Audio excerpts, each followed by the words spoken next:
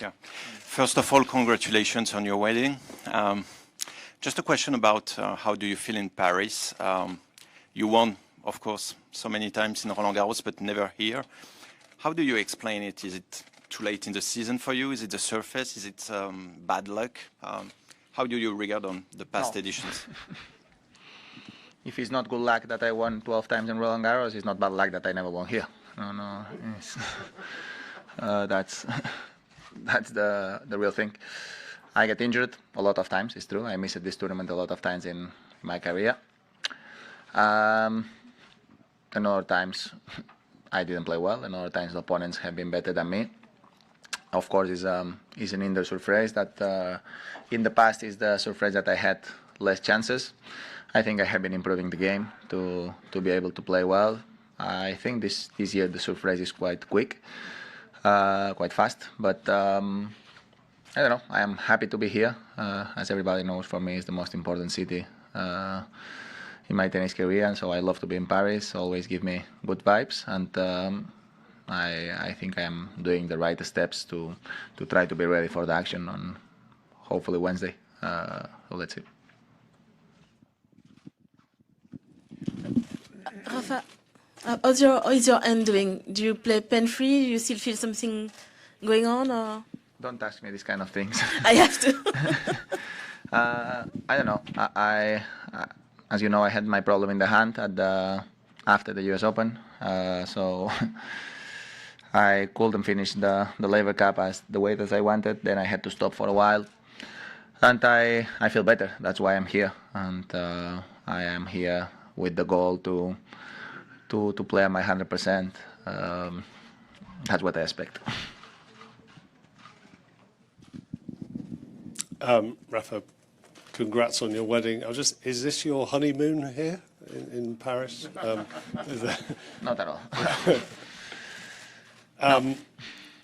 No, but you've been very busy since your wedding. I mean, you went to, did you play a charity thing in Kazakhstan? Yeah. And I played a charity exhibition in Kazakhstan for my foundation.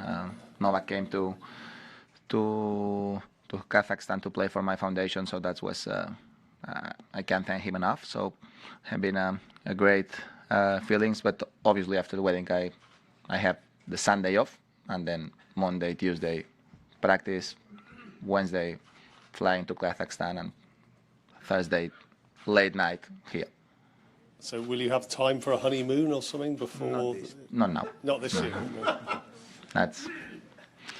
No. No. I have been the things that I had to do. I take my weeks off during the season, and we decided that well. And in the world of tennis, you have to find your priorities, and we decided the way that we wanted to do. We take our time off before the wedding, and now is the moment to be back on the tour. Sorry, just one more, Rafa. What's your actual program? Quite a busy November coming up. So what is your sort of program the rest of the year? My program, everybody knows, is here, London and Madrid, but as always, depends on how I feel. Rafa, it's not the first time that you're in a race to end world number one. Is this anything to end world number one? It's not the first time that you are close and in a battle to end world number one end of the season. No, just is this one different? Is there any specific feeling of in this one ending world number one or not? Is it still meaningful for you? Or? No, it's not the first time. I have been in that position a couple of times in my career. I remember I have been here in 2017. I needed to win one match, and I came here and I won the match. 2001 have been close in the World Tour Finals. I said during the whole season, it's fantastic. I prefer to be number one than number two, and number two than number three. And of course, finish the year like a world number one is something special, and I would love to make that happen. But as you know, I didn't went to China. That's something sad for me, but I need to find my priorities. And as I say, during the last couple of years, it's not my goal to be number one. It's about I need to organize my calendar to play as long as possible. If with my calendar at the end of the season, I am number one. Super happy, but I will not try to follow or to make extra things to be number one. I just gonna do my normal schedule, and that's the way.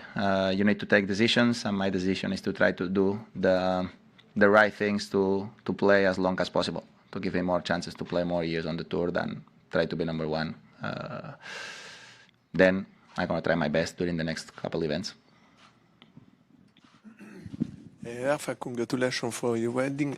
You said that you will be in Madrid for Davis Cup finals. What do you think about the new formula?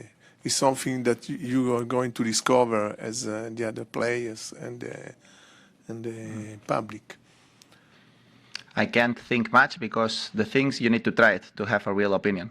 And there is things in the old format that have been not working well. There is another thing that have been working well. But it's true that there is an important thing that we were not able to make that happen for the last couple of years. That is the best players of the world playing usually the Davis Cup. So when this kind of stuff happens, you need to find solutions. So the solution was that. And let's see what's going on. Of course, we need to fix a couple of more things on the tour to make a big competition. You know, I think 2 team tournaments, Davis Cup and ATP Cup in 1 month and in 1 month is something that, in my opinion, is not good. And my feeling is we need to create one big competition to stay together, ITF, ATP. That's a good opportunity to make that happen, and we need to make that happen. Last one here. Rafa, whatever happens here this week, you'll get back to the #1 spot next Monday, because we don't have any more the point from the Masters. Can you compare the feelings you have when you get to the #1 spot regarding when you win a Grand Slam? It's the same kind of pride for you? No, honestly not. When you win a Grand Slam, you win a Grand Slam on court. Sometimes when you are #1, for example, I know I'm going to be #1, so it's not that you win this point and you are #1. So that makes a big difference. For me, the first time that I have been #1 in my tennis career, that was 2008. For me, it was something that was really important, because for 4 years almost, I have been there being #2 and playing great tennis. So for me, it's something that I wanted to be. Then, of course, the finish like end #1 for me is more important than just be #1. So let's see what's going on. My feelings are not. I sleep the same well when I am #1 and #2. Of course, I prefer to be #1. But as I said, I'm super happy with my season. I had been a tough beginning of the season. Then I was able to find a way to be back playing at very high level of tennis, and be in the situation that I am today.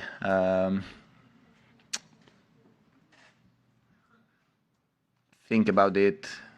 Before Monte Carlo was something, or after Monte Carlo was something very difficult to imagine. So I'm very proud about the year that I am having, and it's the moment to keep pushing a little bit until the end and enjoy the last 2 events of the season. The season is done, and remain to make something special here and London, and I'm gonna try to make that happen. Thank you very much.